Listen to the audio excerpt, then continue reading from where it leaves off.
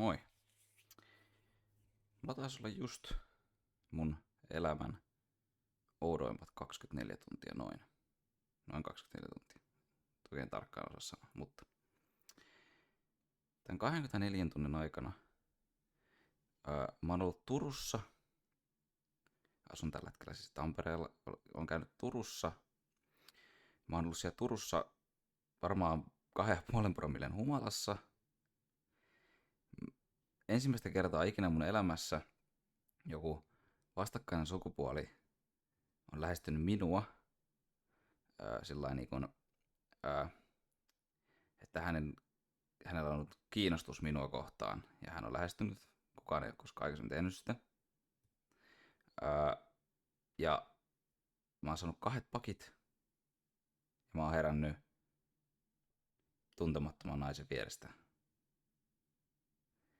24 tunnin aikana. Ja tää niinku päivä on jotenkin ollut tosi outo sit niinku tää. Eli mä menin perjantaina sinne Turkuun ja nyt lauantaina niitä on ollut tosi hämmentävä päivä, koska mulla ei niinku semmoista niinku hangoveria mulla ei sillä niinku oikeastaan ole ollut. Aamulla oli ehkä vähän pääkipeä ja semmoinen höppänä olo. Ja semmoinen niinku kropassa semmoinen yleinen pieni heikkous vaan. Mut niinku ei oo sillä ollut välittömän huono olo tai mitään.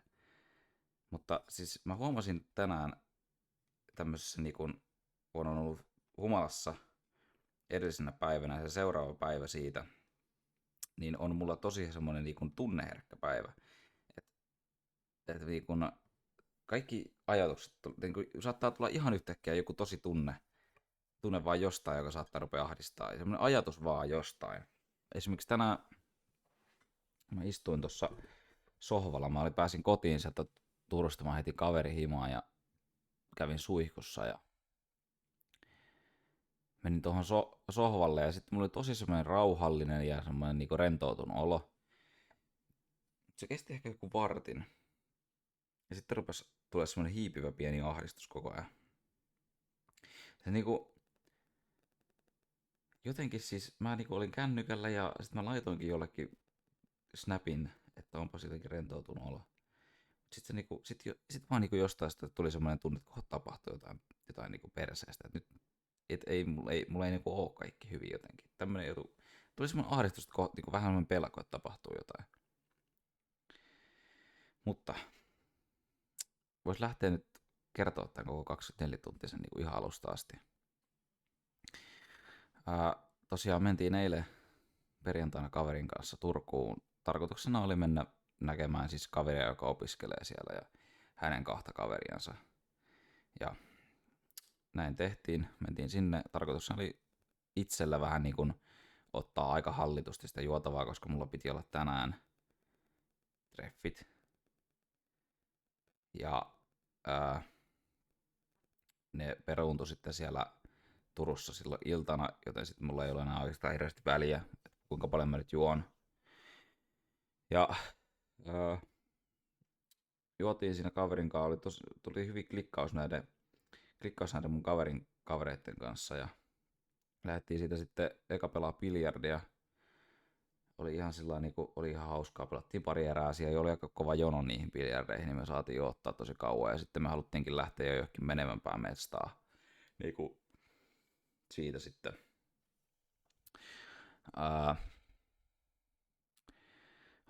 Mentiin Heidi's Beer Bariin Turussa. Ennen sitä käytiin Hesburgerissa, mutta mentiin sinne baariin istuu. Siinä kohtaa meillä niinku porukka vähän siellä, meillä oli 5, kaikki vähän niinku hajaantui. Me mentiin siihen yhteen pöytään, sitten siihen tuli 3 meistä tuli siihen istuun ja muista sitten mihin ne muut oikein katosi ja jäi sinne jonnekin kuhnaamaan, mutta mä jäin siihen istuun ja sitten mulla oli nämä uudet tuttavuudet näistä kavereista siinä pöydässä mun kanssa. Me sitten ruvettiin, tiedätkö, tämmöistä hyvin äijämäistä meininkiä, että väännetään vähän kättä, että katsotaan koko ajan voimakkain, koska ne pojat huomasivat, että mulla on niin porkkulihas on niin sanottu runkkulihas on voimakkaan näköinen ja hän sitten oli ihan varma, että mä voitan hänet kädenvääntössä ja ei siitä tullut mitään. Että minä hävisin sillä ja sitten ajatteltiin, että okei, otetaan nyt vielä toisinpäin tämän toisen kaverin kanssa. Vielä kädenvääntö ja sitten tämä, jolle mä hävisin niin hän haippasi, hän vaan haippasi siitä tilanteesta jonnekin. Siinä rupesi tulee jotain niin kuin mimmejä siihen ympärille. Ympäri häärää.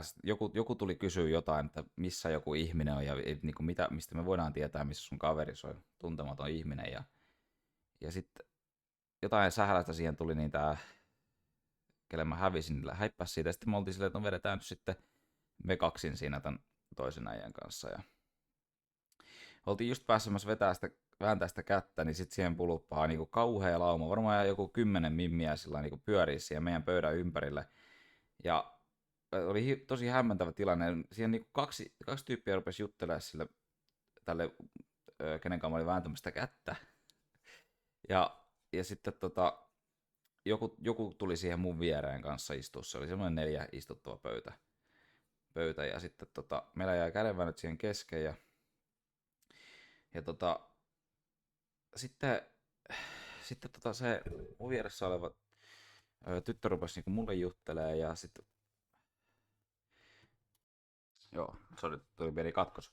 Niin, ne rupesi juttelemaan mulle siinä se vieressä oleva tyyppi. Ja se oli mulle niin hämmentävä tilanne, koska se vähän sen verran, mitä mä oon ulkona baarielämässä käynyt, niin kukaan ei, niin kuin, no, muistan ehkä joskus kerran olin Tampereen Kaijakassa ja silloin mä niin kuin seisoin siinä baaritiskellä ja joku tyttö sitten niin siinä baaritiskellä rupesi mun vähän juttelemaan, mutta mä lähdin sitä vaan menee, koska mä en tiedä miten sitten pitää tehdä. Siis, ne on niin vieraita mulle ja koskaan mä en ole kenenkään naisen kanssa lähtenyt baarista niin kuin, pois, vienyt omaan kotiin, mennyt hänen kotiin tai edes siis nimenomaan viettänyt kenenkään tuntemattoman ihmisen kanssa baarissa aikaa.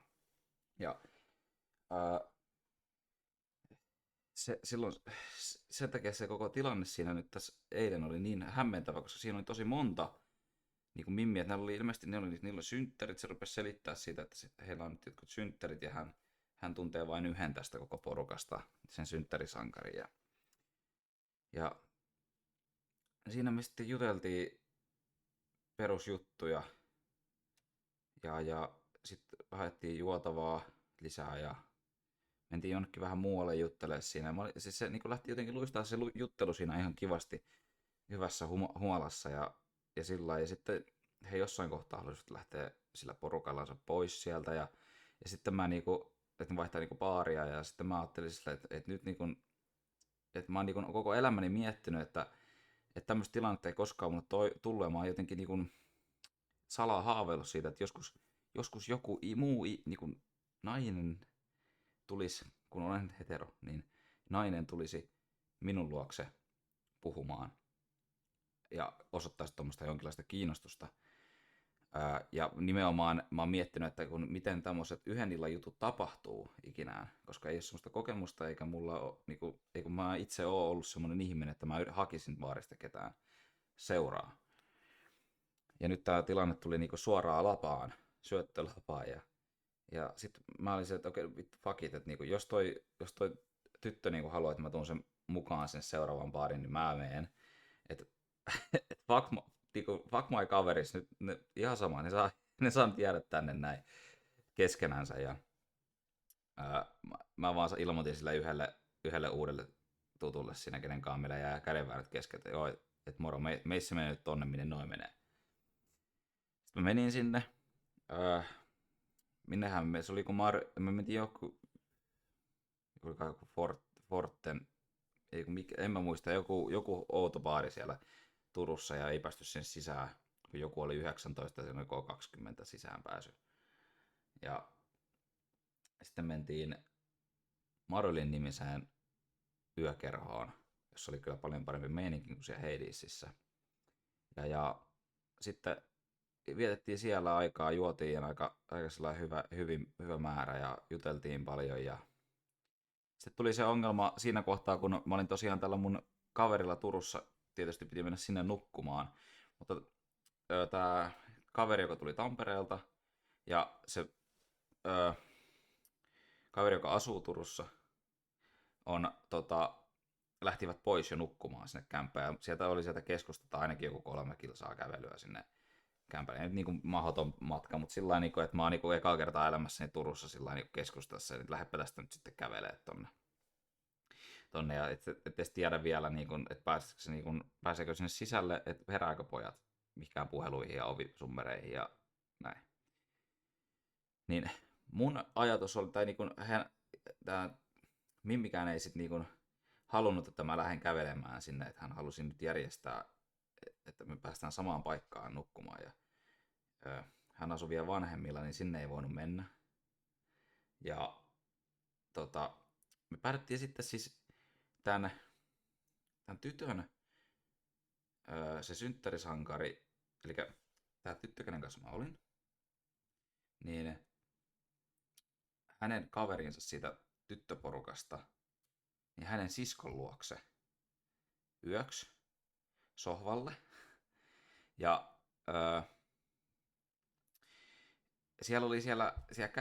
siellä kämpässä oli myös hänen veljensä vahtimassa semmoista ihan pientä koiranpentua. Ja se oli jotenkin, se oli tosi jännä tilanne, koska mä siis aivan hukassa itse, että mitä tässä niinku tapahtuu. Että ei ole tämmöistä niinku tapahtunut. Mä oon niinku Turussa jossain. Ei mitään hajua. Ja no me mentiin sinne ja mun tarkoitus oli niinku oikeasti vaan mennä sinne nukkumaan, mutta sitten tietysti kyllähän siinä sitten näin kävi, että siellä tapahtui jotain muutakin ehkä siinä sohvalla. Ja sitten me nukuttiin, tai en mä varmaan nukkunut ollenkaan. Ainakin semmoinen olo on nyt, että en ole hirveästi nukkunut.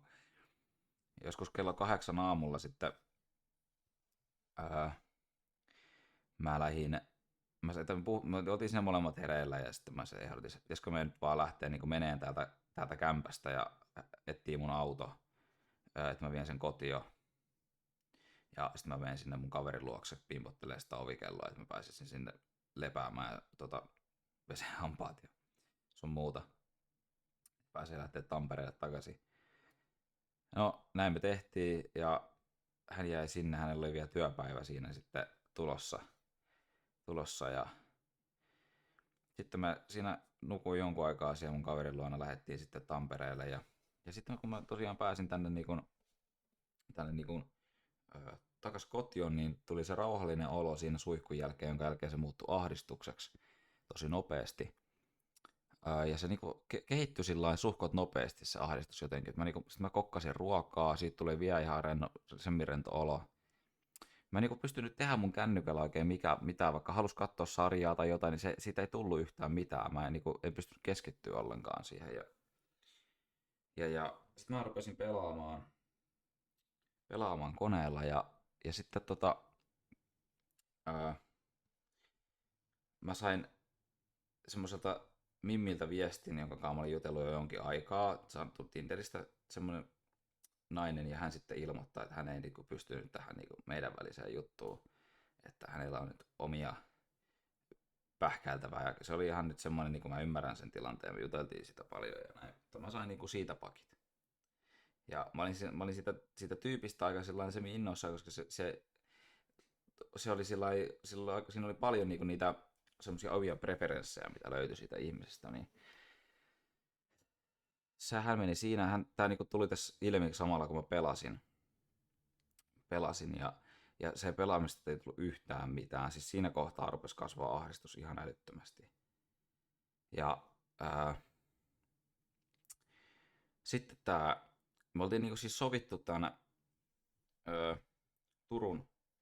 Turun tytön kanssa, että tämä nyt on ehkä vähän fucked up, mutta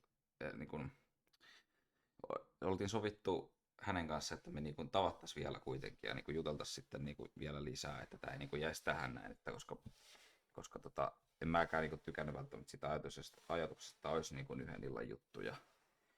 Mutta hän sitten ilmoitti tässä silloin, kun mä pelailin, että hän ei että meistä ei voi tulla mitään ja että mä en halua jutella ja vittu blää blää blää ja sitten mä olin silleen, että mä vaan vastasin jotain, että selvä homma ja poistin sen kavereista ja mä en sano mitään selitystä sille, että minkä takia. hänen mielestä ei toimi. Ja sitten sitten mun oli ihan pakko lähteä kävelylle. Mä lähdin kävelylle, pistin kuulokkeet korviin. Ja sitten mä kelailin sitä mun ahdistunutta fiilistä, että mistä se tulee. Ja mä en koskaan kokenut semmoista tunnetta, että mua olisi koskaan jotenkin käytetty. Ää, tai mitään semmoista, että kukaan olisi käyttänyt mua millään tavalla hyväkseen. Niin mä en ole ihan varma, että että onko mä tuntenut tänään semmoista pientä hyväksikäytön tunnetta, koska ei se tuntuu aika pahalta kuitenkin. Ja mun tarkoitus ei oikeasti, että mä en tehnyt mitään aloitetta mihinkään suuntaan. Mä vähän menin sen mukana.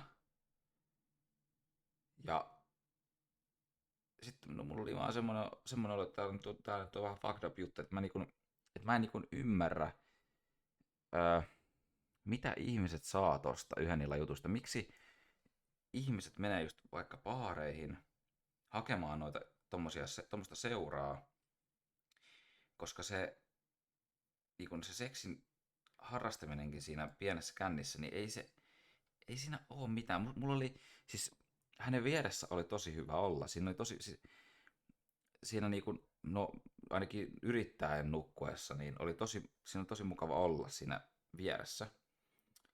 Ja, öö,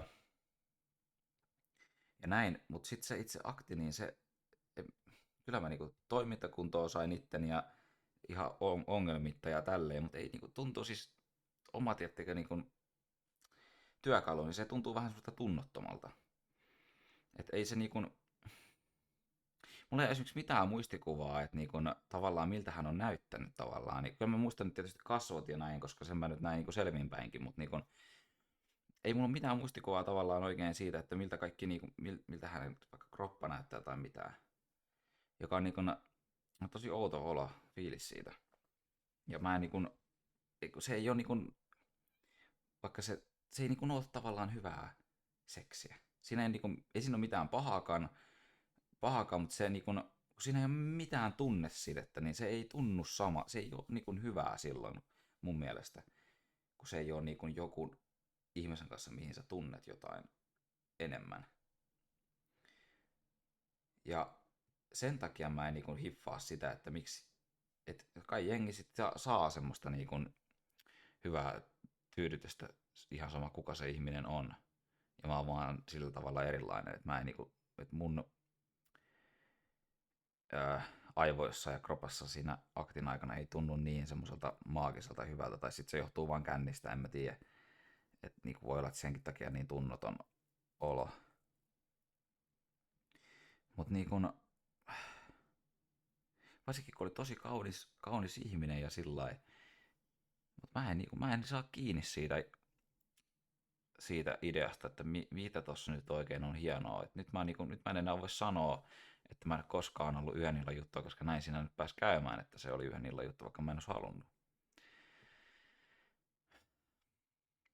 No, joku saattaa miettiäkin siihen, kuuntelee tätä, että vittu, mitä sä mies valitat siellä inisti, jostain tunnet itsesi hyväksi käytetyksi, sä sait naista, niin eikö se nyt ole tarpeeksi hyvä ja unoha ja tälleen. Ei se nyt kauhean pahalta nyt mitenkään tunnu välttämättä se, että mä nyt en pääse tapaa häntä uudestaan tai mitään ja saa pakit. Ei se nyt mä loppujen lopuksi hirveästi kiinnosta, mutta kyllä siinä oli vähän semmoinen fiilis, että valehteltiinko mulle kanssa sitten, että oliko tämä Mimmi nyt sit oikeasti ihan teettekö semmoinen hou vai mitä helvettiä, että ei ole kokemusta, mä en vitu tiedä.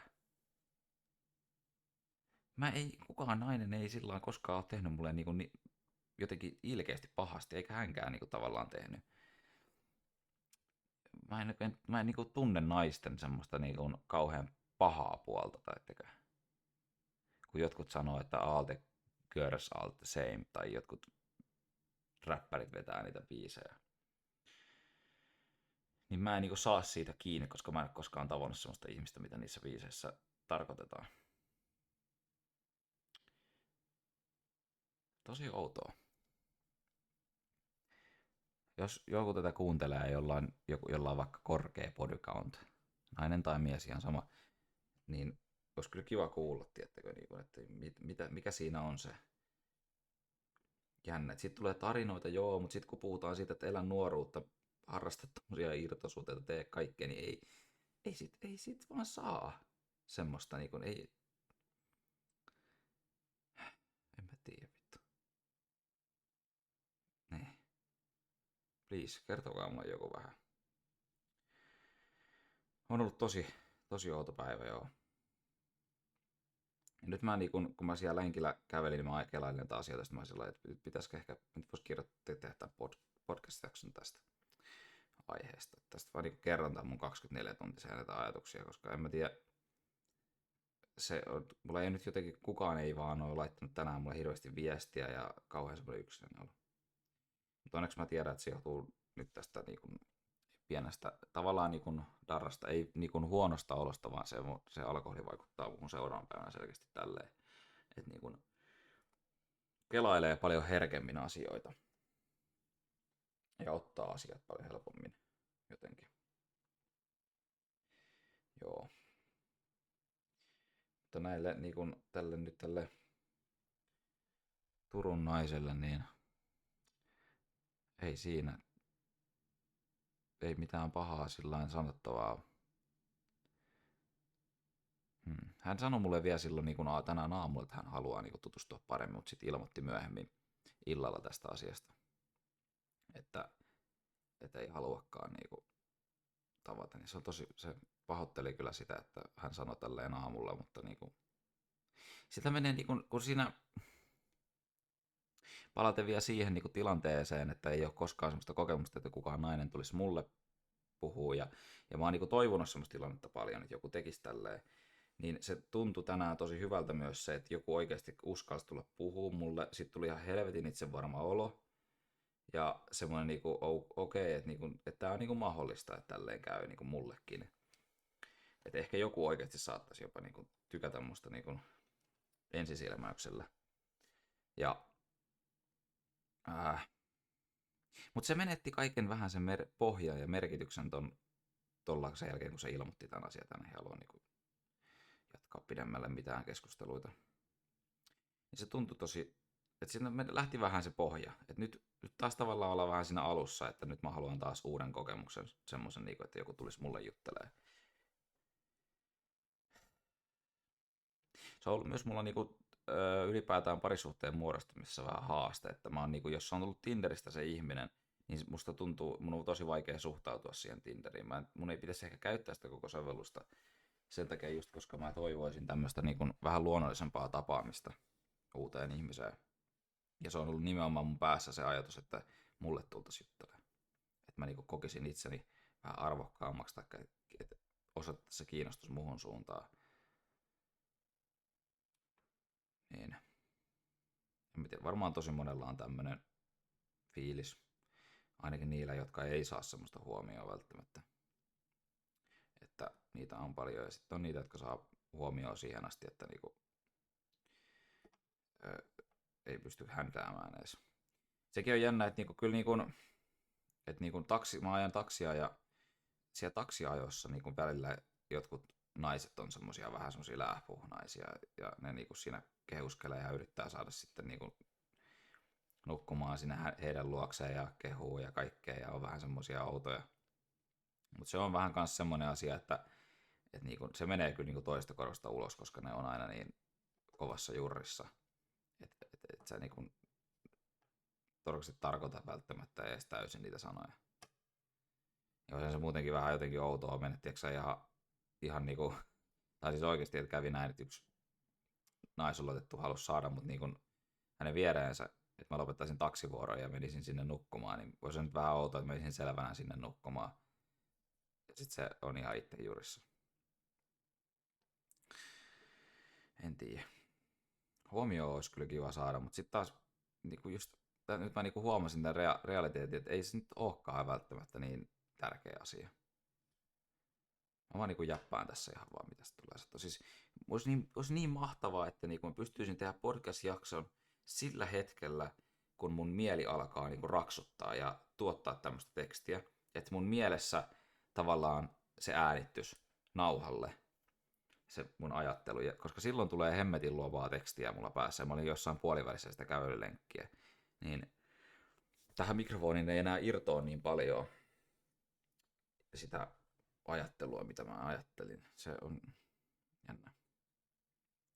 Mutta joo, tässä oli mun ehkä elämäni oudoin 24 tuntia. Mä tiedän, kuulostiko se nyt teidän mielestä kauhean oudolta, mutta mulle tää oli todella random. Mä en ole koskaan kokenut tämmöistä, että mä en niinku koskaan herän tuntemattoman naisen vierestä. Nyt on. Että kai sekin on nyt koettu. Nyt mä ainakin tiedän, että niin kun menee baariin, niin se ei ole todellakaan mitenkään se tavoite siellä, että jatkossakin saa tulla mulle juttelemaan, mutta ehkä mulle ei ole tarve mennä juttelemaan kellekään. Ellei mä nyt tapaa jotain täydellisen näköistä naista itselleni, niin ehkä silloin tietysti voi käydä kysymässä, että miten menee. Mutta se kun mulla ei ole koskaan mitään taka-ajatuksia. Ja se tuntuu vitu jännältä siinä tilanteessakin, koska niin kun, siitä musta oletetaan, että mulla on ne taka-ajatukset, totta kai, koska siis kaikki, jos sä katot siellä baarissa tai ihmisiä, on mimmi ja jätkä siinä juttelemassa, niin sitä oletetaan heti, että toi jätkä yrittää saada sitä mimmiä mukaansa. Vaikka esimerkiksi siinä todellisuudessa meidän tilanteessa mä en ollut tehnyt yhtään mitään. Mä vaan vastasin kysymyksiin ja sitten jossain kohtaa rupesin esittää vastakysymyksiä. Että niin kun, niin. En minä vittu tiedä. Mä en vittu lopetan tämän jappaamisen. Ei muuta, kiva jos kuuntelit. En tiedä, tää on tää podcastin tekeminen. Mua kiehtoo tää paljon, mutta mä en saa tätä niinku tehtyä niinku mitään muutakaan somea jotenkin. Se on vähän vaikeaa. Mutta mä vaan laitan tän tämmösenä nyt sinne vittu. Mä en tiedä. Ei muuta kuin kiitos ja mä olin Mikael ja siinä on ne somet siinä. Käykää tsekkaa, jos kiinnostaa. Tää oli ainakin real talk nyt, puhetta tunteista ja mielestä. Tai niinku omista. Ehkä tää voisi olla se podcastin aihe. Että mä en edes ota mitään aiheita. Teen vaan podcastin silloin, kun tulee joku tämmönen tilanne mun elämässä, että tästä voisi puhua. Hei, kiitos kun kuuntelit ja ei muuta kuin moi moi.